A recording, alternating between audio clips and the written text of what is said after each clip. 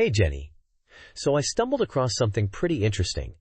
SANS Institute just launched a new AWS-focused course, SEC 480, specifically designed for people who aren't security experts, but are still responsible for setting up AWS environments. Okay, wait, so it's for, developers or cloud engineers who are kind of thrown into the deep end of cloud configuration? Exactly.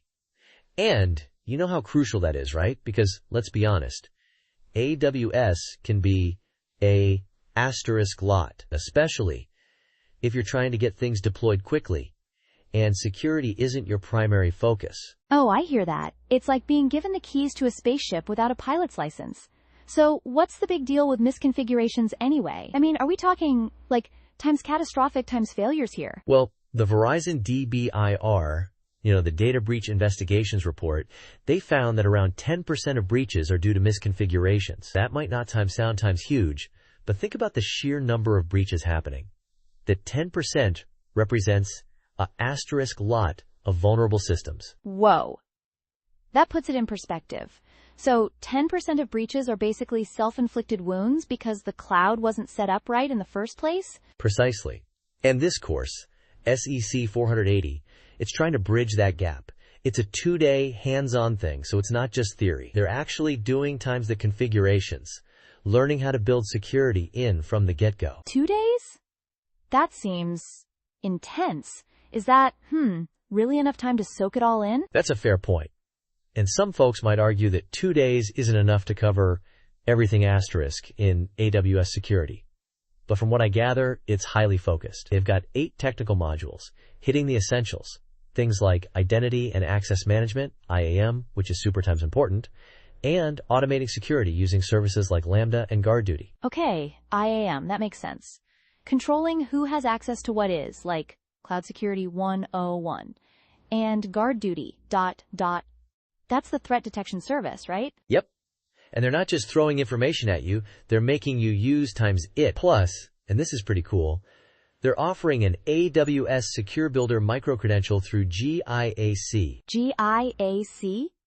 As in, the people who do those really intense cybersecurity certifications? The very same. So this micro-credential, it's like a stamp of approval saying, hey, this person actually knows how to implement this stuff securely. That's significant. It's not just about taking the course, it's about proving you can actually apply times the knowledge. So it's adding a layer of, accountability and, frankly, credibility. Right? And for someone looking to advance their career, or for an organization wanting to make sure their cloud is actually secure, that kind of validation is, it's really valuable. So how does this fit into the whole DevOps picture? Because I keep hearing about shifting security left and integrating it into the development process. That's where it gets really interesting. Serge Borso, one of the experts mentioned, he talks about exactly that, embedding security into DevOps workflows. Think about it. DevOps is all about speed and continuous integration, right? Right, pushing out updates and new features as quickly as possible. But if you're not careful, that speed can become a liability. You're deploying things so fast that security vulnerabilities can slip through the cracks. So it's like building a house of cards. The faster you build, the more likely it is to collapse if you're not reinforcing the structure. Great analogy.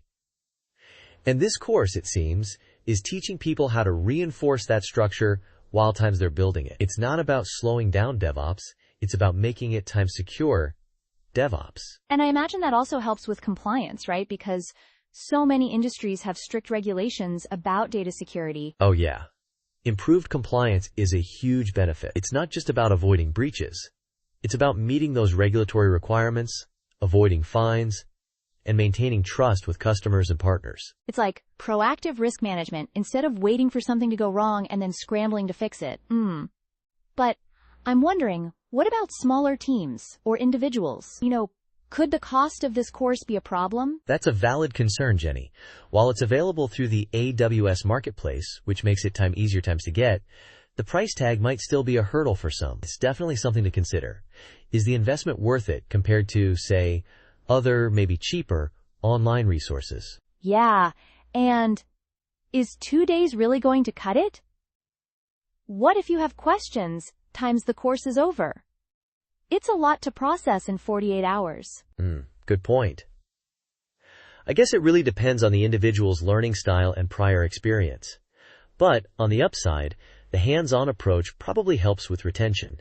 You're not just passively listening, you're actively times doing. True.